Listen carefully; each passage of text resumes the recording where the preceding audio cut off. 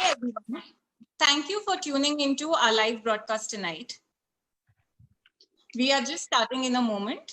Now, Nirmala just wanted to understand, just to get started. So, what are the variety of dishes, or what is the menu that you currently have? And then we'll, get into the depths of it.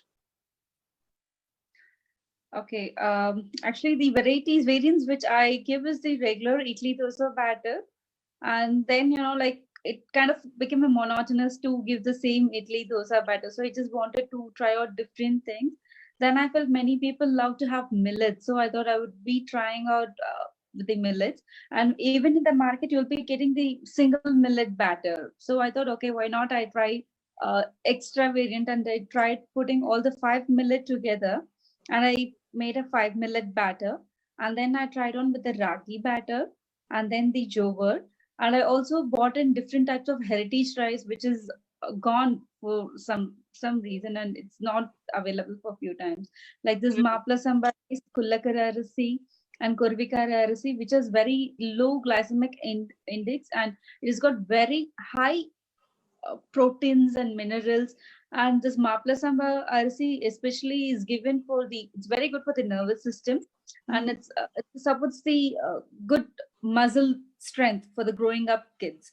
It has been used in the Tamil Nadu side for the olden days. There's always a bravery show, right, to do anything. That was a major performance. So those people are fed with these kind of rice to build up their muscles and the stamina, and to have the great power.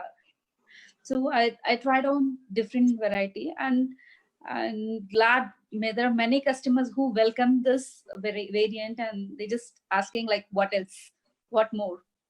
So that gives me a thing to bring in more variety. Then apart from batter, I also made an interesting dessert, which is very healthy again.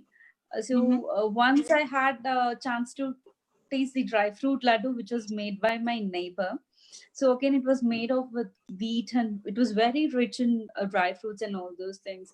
So I thought, okay, why not? I just customize something which is, like give a twist to that. So if I just want to give them like this is a millet made out of millet, people know like they may think twice to whether to take it millet as a dessert, as in laddu form. So I just added all the 7 millets, made a 7 millet laddu, which is like dry roasted in the cast iron and then finely powdered and then mixed with all the dry fruit. And it is sweetened only with dates and raisins. There is no external sweetness, which so it is like very healthy. And like mostly of my customers who were like fitness freaks and the marathon runners, they felt like every time when they practice, they just have a small ball, and they say it's very very healthy and refreshing. So like those things are also I focused on. Next time I was planning to introduce the jowar and bajra laddu again, but it would be a jaggery based and black urad dal laddu, which actually it's known for many good things for the calcium and things, the iron thing, which our grannies used to give. I thought, okay, I'll just bring in few things of the olden stuff also. And apart from that, I make different masalas like the South Indian Tamil. Since I'm from Chennai, so I just make this Madras sambar powder, rasam powder, and chutney podi. And in the chutney podi, okay, doing the regular thing, with the dal and all those things. So I thought something, okay, let me think of something different. So the flax seeds came to my mind. So I tried the flax seeds chutney powder. So it has got a unique flavor where you can use it as a dip for your idli dosas, or you can add it up in any of the sabjis or on the oats. Or there is a customer who buys it. She says your flaxseeds podi is so addictive. She just have 1 or 2 spoons as she goes by, and it gets over so quickly. It's like, okay, there is something good goes in because it's omega rich, right? So like those kind of feedbacks when we get from customers. So we just try to think something different out of box and see how we could make kids and others also to eat that. That's how it is. That's good to know. So I'm just a little curious here. Now, when we talk about home food or home food business, right, we tend to think about proper meals like breakfast, lunch, dinner, snacks, where there's some curry involved, some rice or rotis involved, proper meal.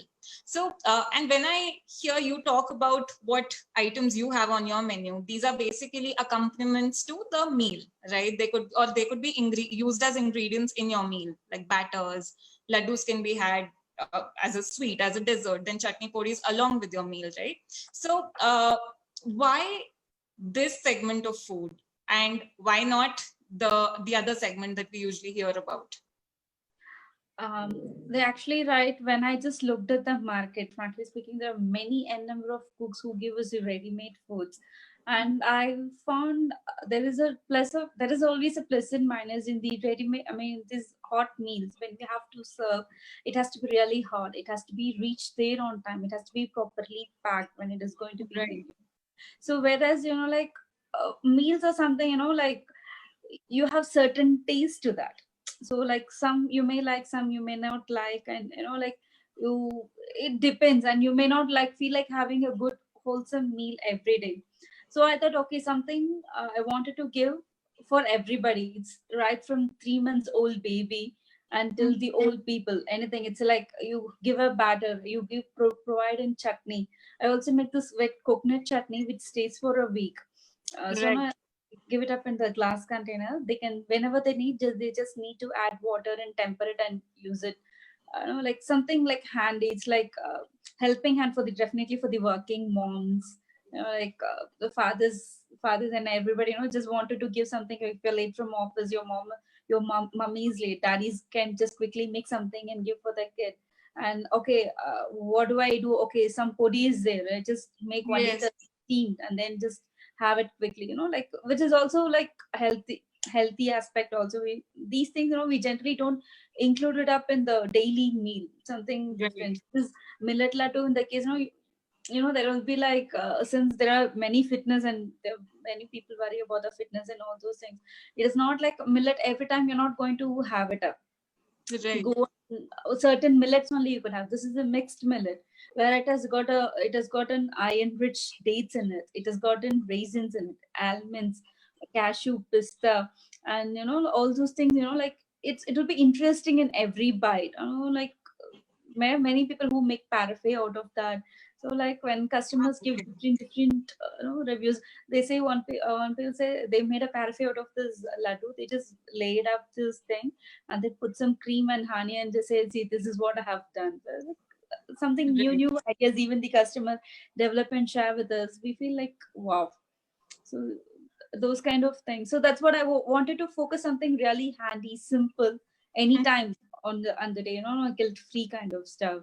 So like I'm just planning to introduce more healthy aspect, which is like more like easy to handle it up. So that's Absolutely. why I chose this. That's a very smart choice to make. Like things that can be cooked by anyone. If you have a batter at home, you can just like whip something out, right? Very quickly. You have laddus at home, you can just take a bite if you're hungry. And these are filling also. So now next, coming to the batters, Nimal, like you said, you make a variety of batters. You keep experimenting. For me, I tend to buy a lot of store-bought batters, right? Now, I just want to understand what is the difference between the batters that you get in the store and the batters that you make. Like, what is it that makes your batters, that the customers want to come back and have Nirmala's batters only? Okay. So, of course, it's like homemade, and that adds a phenomenal value to the health factor, to the hygiene factor. All of that is there.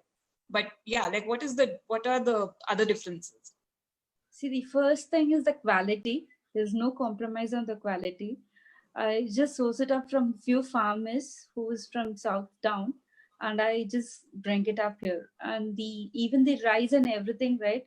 It took many months for me to standardize. Okay, this kind of a quality, a certain variant of the idli rice, which gives a good taste, and like you'll definitely feel the difference once you personally use it. That is what Right. freshness, the quality is completely stands first in my criteria. So as you, the quality is there, so the taste, it brings the taste, and then it brings the freshness and all those things, right? People come back. So like the store bought, it's completely, it makes a difference because I do not know how do I say that. It's a complete freshness you get it up. The trust they have, they give it for the babies. It's homemade and all those things, and the quality, the taste they could find, a difference they could find between the store bought and the homemade. So that brings the customers more. There are certain customers who buy like 4 kgs every week. So there are Wow. certain customers like even they buy. See, they say like, I don't eat much of dosas and idlis because I tried yours. I really loved it, so I'd like to have it again. So like those kind of things, right? That is how I feel like. Right. So I think that's the beauty of it, the freshness, right? Which brings me to my next question. And in fact, one of our viewers has also asked this, Ranjita. Ranjita also has this question. When we talk about freshness, how do you plan your orders? In the sense, like what is the time that it takes to prepare? When do you take the orders? When is the delivery due? And what is the shelf life? Ranjita asks, how many days can you store the dosa batter? And that is one question even we wanted an answer to. Like, what is the shelf life of these products? See, anyway, if I'm just going to say I'm going to deliver to the X apartment on Wednesday, I would post the requirement on Monday and ask them I'll be closing the order from by Tuesday night. So by Tuesday night, so I get all the make the ingredients ready. As I get the order through the chef party, I just consolidate all the orders, and then according to the count, I soak it up to the certain number of time and then grind it up. This is duration give, and the fermentation. I love it to ferment. I don't over ferment it or just less ferment. It is like fermented to the apt thing, like the air bubbles. It starts to ferment. That is the time I pack it up, and it's freshly sent to the customers. So, and the shelf life would be like, it depends on how you're going to use it. So I always advise my customers to say, see, it is mildly salted, so you add salt only to the portion which you have to use it. Don't add salt to the complete portion and just keep refrigerated. So, so those things, the shelf life increases. And of course, there are a few pros and cons would be there. The climate, if it is in summer, it gets over fermented if you don't refrigerate properly. The winter time, it takes longer time to ferment. So everything has a factor. So we have to be like planned everything so that it reaches the customer as fresh as it gets fermented. Right. I think that is the key here. And so when you are making these batters, and since you're using different ingredients, is there something that you need to keep in mind, a certain quality or certain grade of ingredients that you use for your batters? Are there some things that there is a set checklist that you have in mind before buying ingredients to make all these items, be it puris, be it batters, or be it laddus? See, I stick to certain brands, which gives me a good taste, a good quality, and certain variety. Before I buy, like I just check with them. Just check. I get the sample. I try it once. I just make it at home.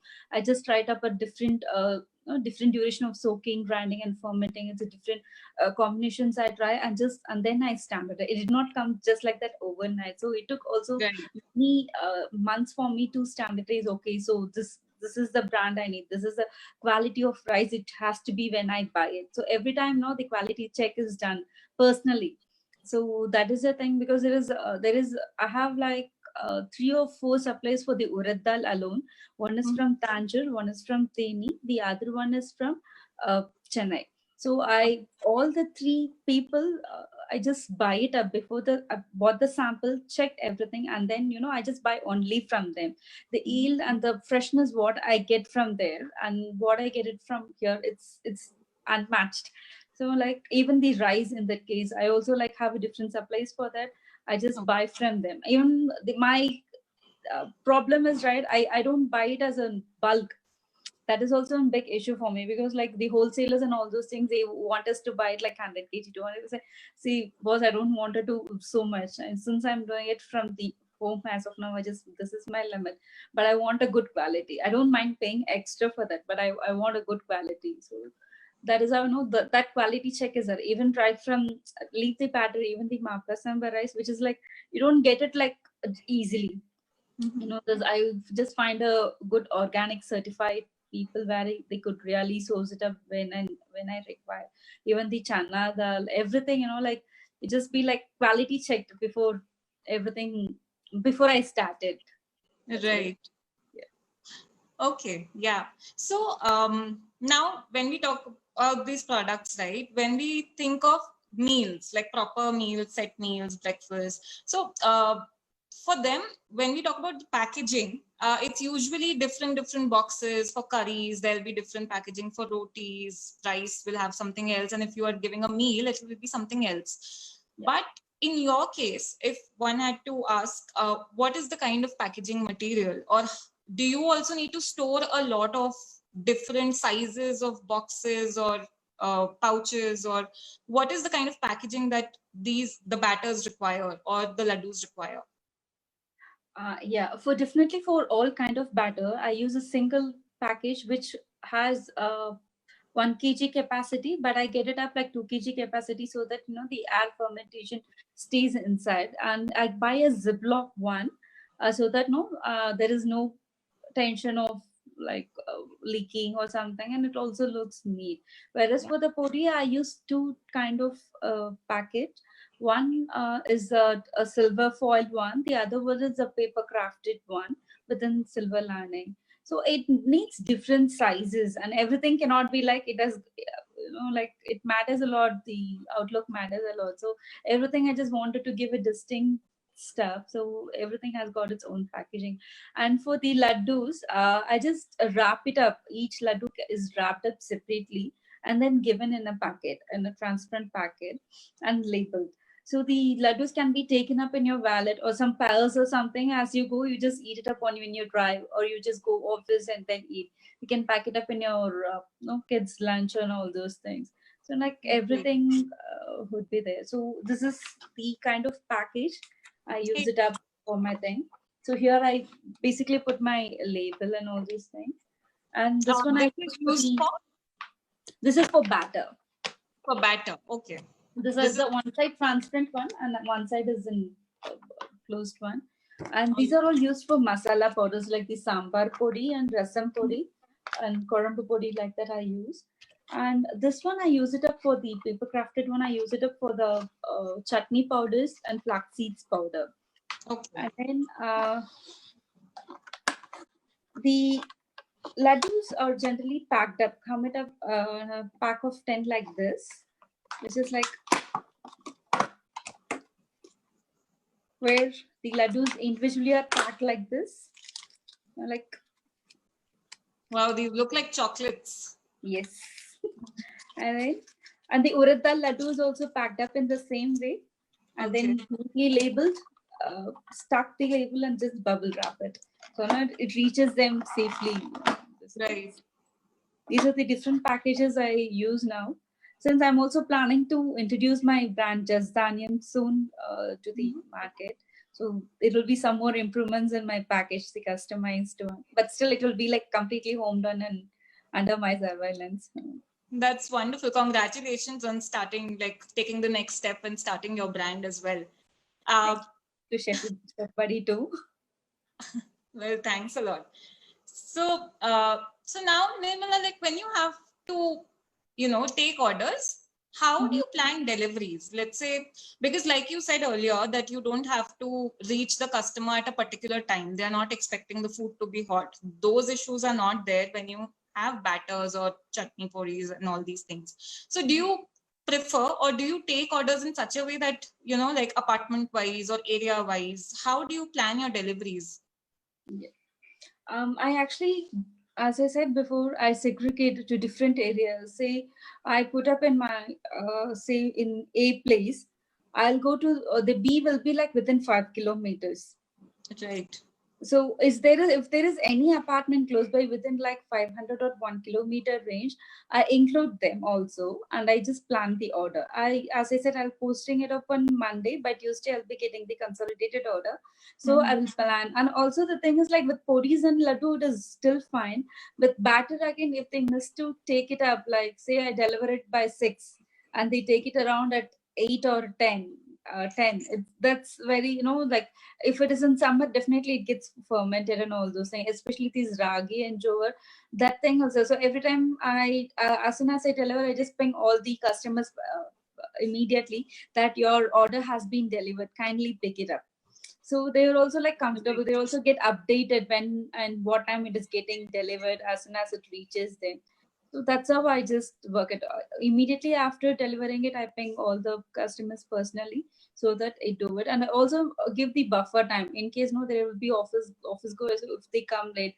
So I just like make the batter accordingly. I just ask them like when are you going to use and all those things, so that I plan it up and give them the fresh ones.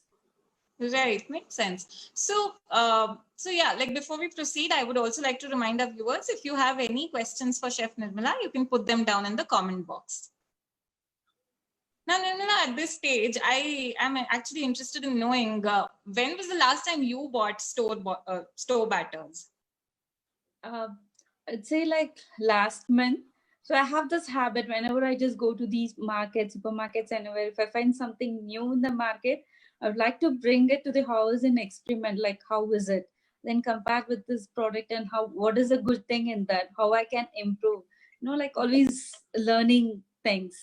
So like how the package has been done, what are the positive, what are the good things in that, and like take that and see how I can implement in my things and give a better product to the customer. So that's always it. All right. So by the way, Shweta here says that she would love to try the laddus. The packaging and is fantastic, and I'm sure like the taste is phenomenal. Yeah, Shweta, sure. So yeah, I think you'll be getting an order soon from her. Thank you.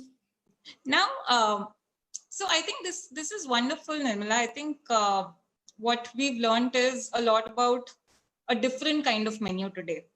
Now, so before I end these set of questions, I would like to know that if a new chef who's just looking to start out their home-based kitchen, what is the tip or something from your experience, some learning that you would want to share with them? Yeah, always choose the food which you're very passionate about, which you like to try, which like you're confident of, and where you can bring in more variety which is not available in the market. There will be something which you're from your grandmother or if from your mom, from your hometown, something which is something unique which you have not seen here. So you have to bring in such product and do it with a confidence. So, and you also, when you wanted to try, don't think like you can have to do only the extravaganza and big product to be launched in the market. Take a small steps, just try it out with your friends, with your neighbors, and then if it is really like it has come out well, it would definitely be ahead. Be ahead, don't worry, be confident. That confidence has to be there within you and what you're doing, and be passionate on what you do. That is what I would definitely to the upcoming chefs. That's a wonderful piece of advice. So, so I think what we've learned here to sum up this discussion is that it is not necessary for someone who's looking to start out, or maybe if someone's looking to diversify their existing food operations, it is not necessary that you go all out in terms of making meals, making dinners, all or taking orders for parties. You can start with things that are maybe ingredients to the main dish, or maybe are accompaniments to the main dish, right? Like batters, like pickles, like chutneys. All of that you can do because, like Nirmala mentioned, right? Delivery becomes easier because the planning becomes easier. You can produce this in bulk, then you can plan area-wise deliveries instead of going home to home when you're delivering meals. Then the packaging also to some extent becomes easier in the sense that there are not too many different sized boxes that you have to keep. And especially if you're dealing with dry products, the pouches can be used for more than one product, and similarly for other products as well. So, Nirmala, I think this has given us great insight into what it is to have this kind of a menu, and how you can get repeated customers, because batters is something that people consume a lot for breakfast, and they make idlis, dosas out of it. So, and that ensures constant demand as well. That's So true. that's wonderful. Now we move on to the next segment of this show, which is called the Jhatpat Rapid Fire Round. I'm going to ask you 5 questions and you have to answer them as quickly as you can. Okay. All right, let's start. So name 4 dishes that you can make with the dosa batter. Spadus, uttapam, and then ghee roast, and then idli. Oh, wonderful. Now, if you had to choose a vegetable to make a batter with, which vegetable would that be? Palak. Great. What's your favorite energy drink? Energy drink. What gives you that Millet boost? porridge. My multi-millet porridge. I just mix it up in the hot warm milk, then drink it. Awesome. And a vegetable you just don't like to eat? Cabbage. Yeah, I think a lot of people would agree. Right. And what is the first thing that you do in the morning when you wake up? Have hot water. Oh, that's a very good habit. Well, Nirmala, you were fantastic in this rapid fire. You answered all 5 questions very quickly and very, all good answers. So Thank you. now that brings us to the final segment of the episode, which is taking some questions from the guests. Let's see if we have some questions from you. Sure. For you. Okay. So Ranjita is asking, how do you avoid over fermentation once the batter is packed? Because it may cause to explode because of the packaging. How do you avoid that? See, that is the beauty, because I grind it up and sell it, give it to them fresh. It doesn't get over fermented. So that's how I plan. So I have standardized a certain time has to get it fermented. So it reaches. I give it a buffer time. So even if it is summer, right, it doesn't. It beyond certain time it will not get over fermented. So I just plan it up. It's only planning matters a lot. The timing which you give, you have to just like give the buffer time, include the buffer time when you plan your delivery also.